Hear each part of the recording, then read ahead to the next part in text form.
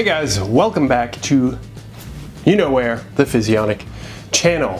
What will we be discussing today? We're going to be talking about melatonin. So if you have trouble sleeping, or if you're just generally curious about how melatonin functions, then you have come to the correct video.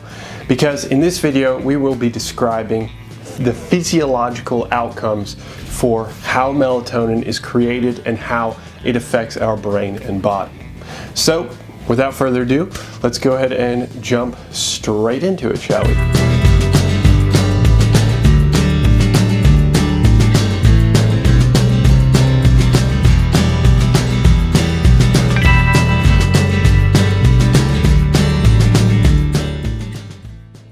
You have several nights of terrible sleep. You can't fall asleep, and even when you do, you can't stay asleep.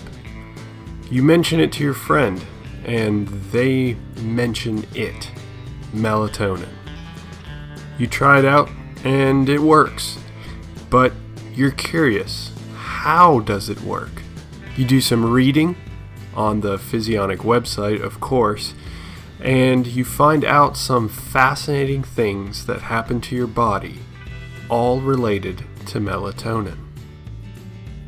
You find out that the retina of your eye is connected through a series of neurons to a nucleus on the hypothalamus of your brain, called the suprachiasmatic nucleus.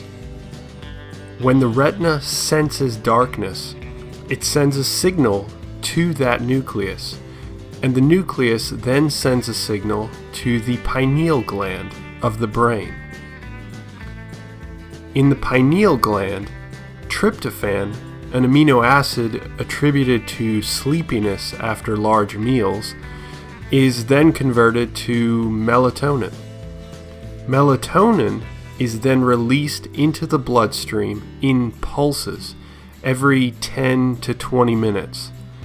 Of course, then, having your eyes open and receiving light, especially blue light, then suppresses the secretion of melatonin. Melatonin you ingest in pill form is like the melatonin your own body produces. So as melatonin is digested and absorbed, it ends up in the bloodstream and acts similarly on the brain and body. Now you can take action to preserve the excitation of your suprachiasmatic nucleus. Pretty neat. Hopefully now you have a better understanding of how melatonin impacts your body, how it affects that pineal gland, and then how it affects the entire body in general, and also of course how we exogenously take melatonin to help us sleep, and how melatonin acts on the body to help us sleep, and why it's so important for our sleeping patterns.